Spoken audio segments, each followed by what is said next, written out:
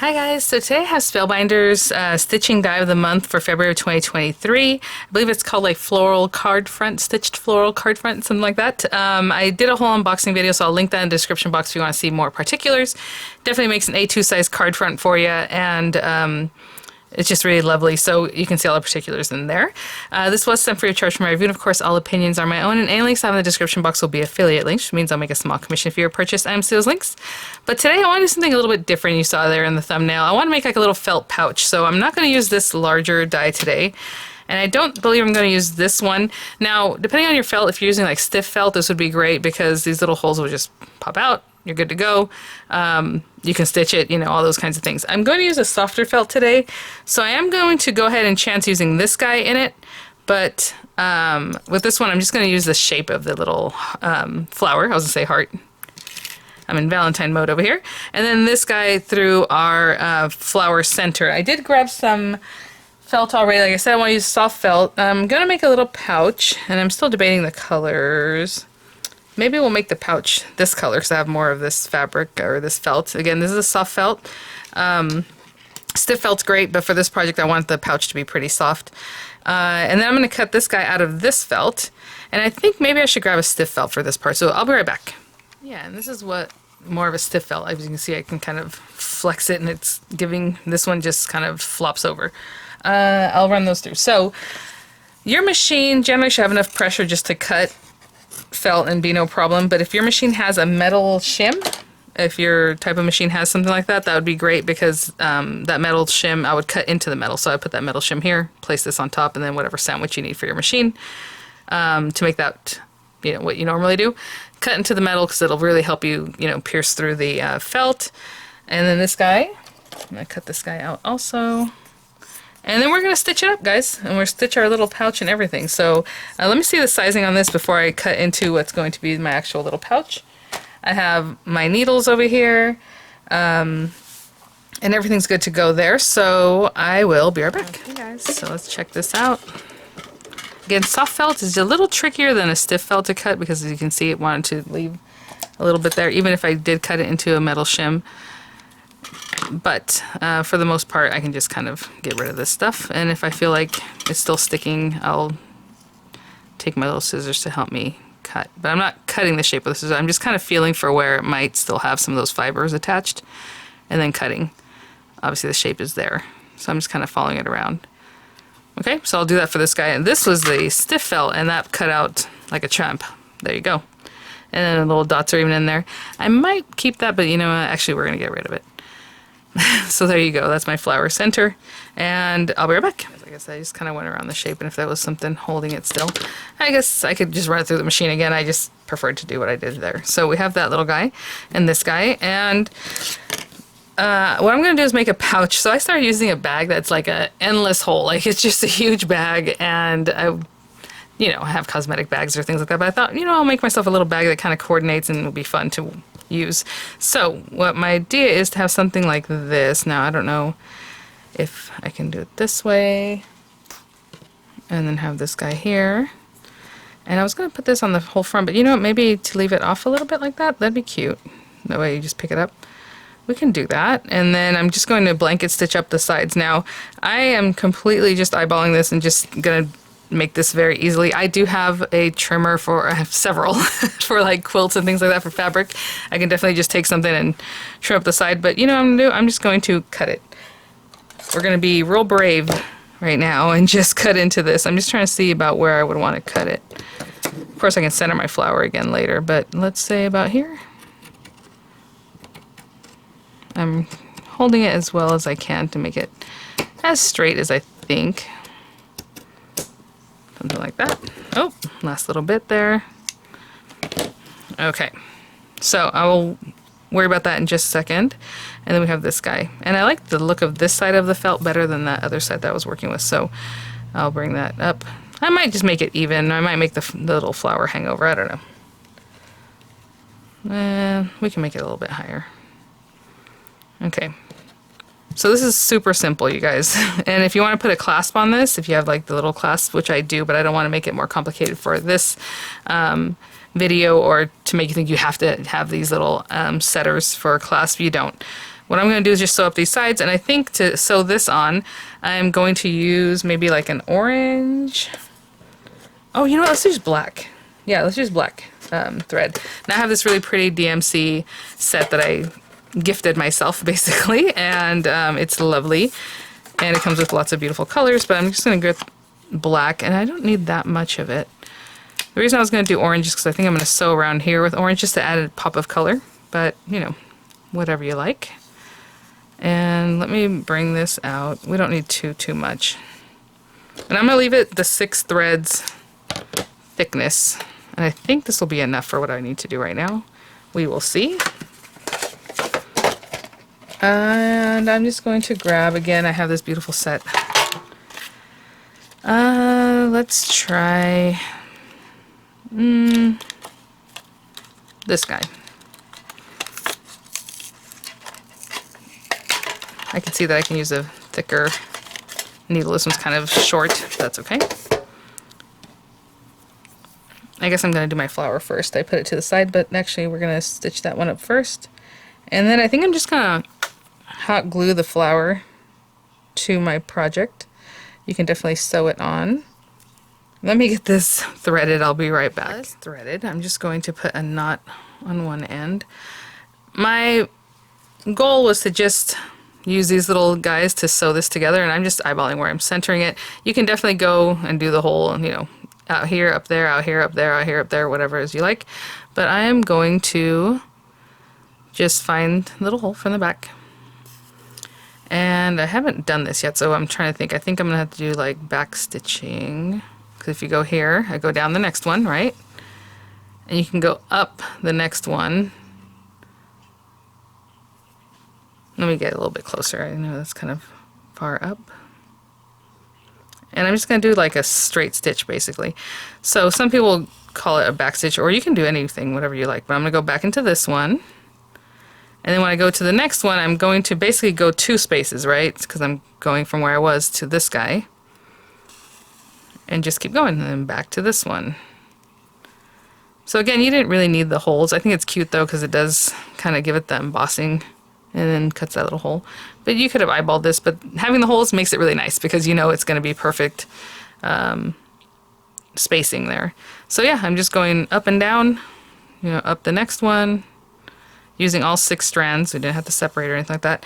Now, another cute thing I was going to say is we can stuff this. You can put a little stuffing in here, and then obviously we're going to have to do something in there to cover that. But if you wanted that to have a little puffiness, you can definitely put a little bit of just stuffing, or like, what do they call it? Polyfill, right? Which actually my daughter has some because she likes doing projects like this, where she stitches up little characters and things. It's so cute. And so I know she has polyfill, but I'm not going to raid her stash right now. We'll just go this way and leave it flat. Super cute. And you know what? Maybe we'll put like a cute little French knot in the center or something. So I'll just keep going, and I will be right back. Okay guys, we're coming back around to the beginning. So I just have a couple.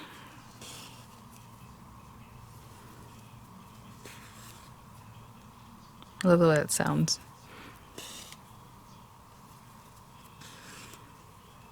And that was plenty of thread, so that's good. So last hole, going back up where we began. A little tricky because I have my knot there. Hold on, that's not where it is. That's not where it is. And right there. And right in here. And I can just finish this off. Now you could have used this to help you sew it on as you're working, but it's just adding another layer of something if you're a beginner. Maybe that's not the best, but it is going to be. I'm just kind of tying it off in the back here. And then I went and grabbed another beautiful color from my stash. This is 3801, but it's kind of corally orange, and I was looking for orange. I thought this is actually really cute. So I'm going to grab a ton of this because I'm going to also use this to stitch this up. So I probably have a good yard in my hand. I'm going to go ahead and thread it in my needle, the same needle, and I'll be right back. Okay, so I'm going to go ahead and just... That was a lot. What I'm planning on doing is blanket stitching my little pouch, so I need quite a bit. So anyhow, we're going to do like a French knot. I haven't done it in a while, so let's go up the center and pull this all the way through. Try not to get too many knots, especially with as much thread as I gave myself here. Okay, and don't get my hair on there. I'm going to put this down. What I'm going to do is wrap this around once, around twice, around 3 times, whatever it is that you think that you need for the size. I'm going to leave it really loose, but still kind of holding it here, because when you come back through with your thread, you want it to be kind of flouncy. So I'm going to pull this. That's all I'm doing. And again, try not to get any knots, so I'm going to be more careful with this. French knot is not super delicate, but you do want to leave it kind of natural, looking pretty. So I don't know if you can see the little knot part of it. There's these swirlies, and this guy's coming out from the bottom to the top, so like you don't want to pull too much, because then you're going to pull all the way through, but you just want to leave it just like that. Just a little something, leaving your knot intact. And then I will kind of finish this off. There's fine.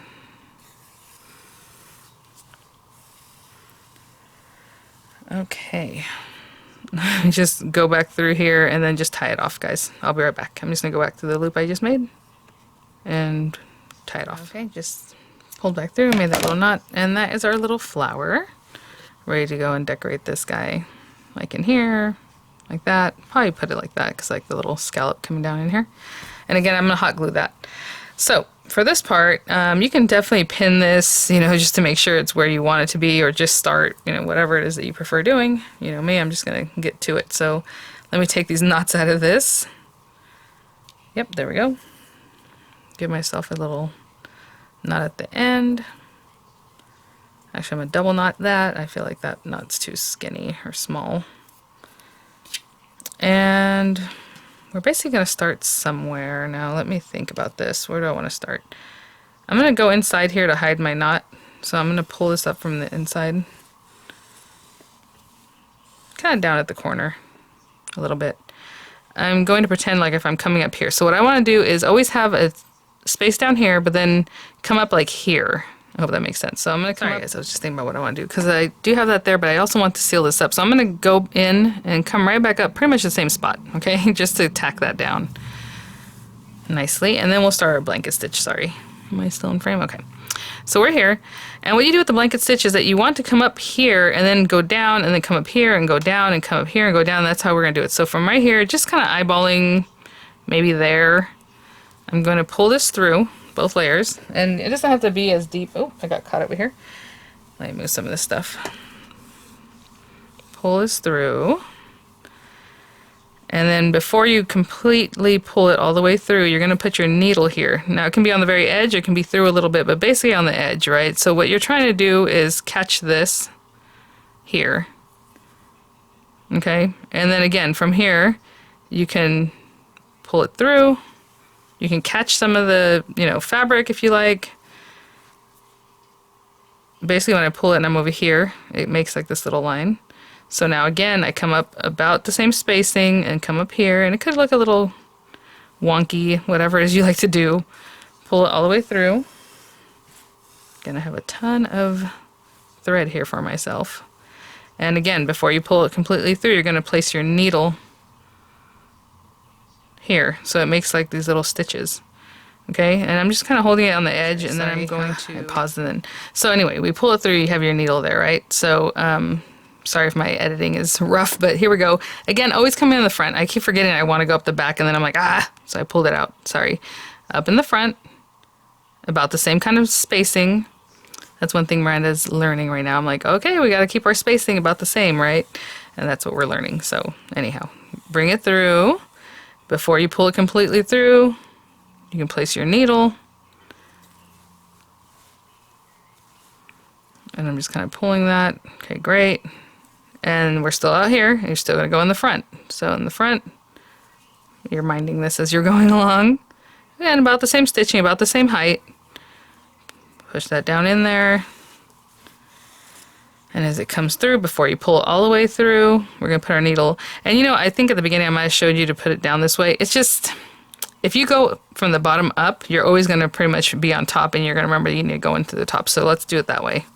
Sorry guys, at the beginning of this was a little rough. I haven't done a blanket stitch in a while. So there you are. And again, we're going to go about here, about the same height. It's a little different. Looks like it's getting a little smaller, isn't it? Right in here, go all the way down. And again, I apologize if I start off doing something differently. Again, obviously before you pull it through, you want to place your needle out here on the edge. Go ahead and pull that through. And this stuff is forgiving. If you do it incorrectly, just pull it out and go for it again. So we're already up here, again, through the top. And I'm telling you, because I know I did the same thing, you end up wanting to go through the bottom and you're like, ah.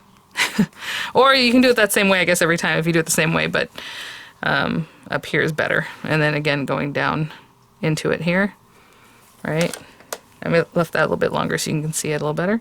And pull and make your adjustments. You know, if you need to go back and adjust some of these guys, go for it. So again, we're here, and I'll just go up this side till I get here. Okay guys, I have probably 2 more stitches here, so I'm just going to do like 1 here, and then 1 at the very end there.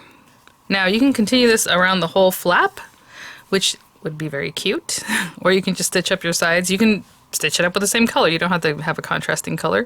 I just thought it was fun. So we go around here. That's my last one, again, up in the front. Oh, don't pull too quickly. Oh, goodness.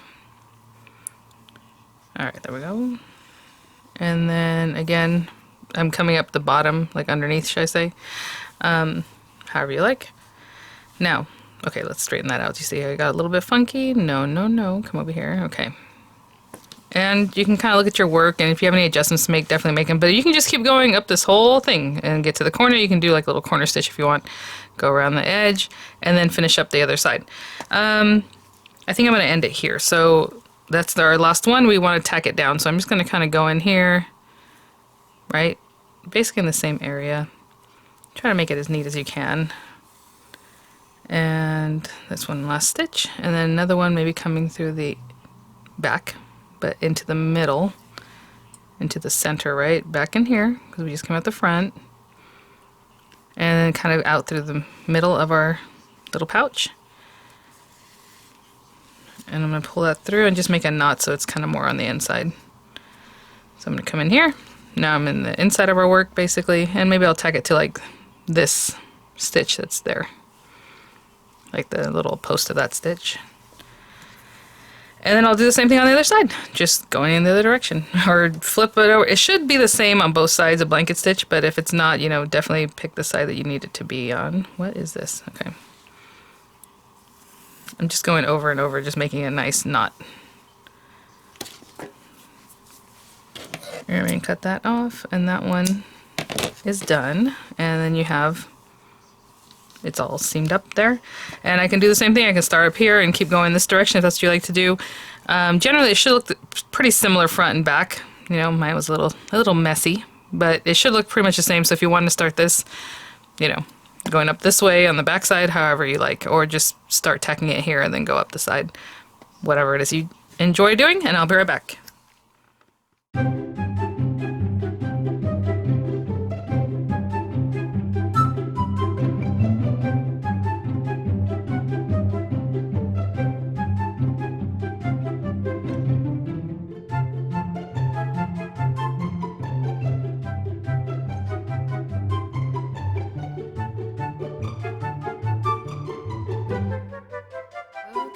So I just finished that up. I was just going to show you guys. I've just buried that little end. I'll kind of pull it and let that get back into the work.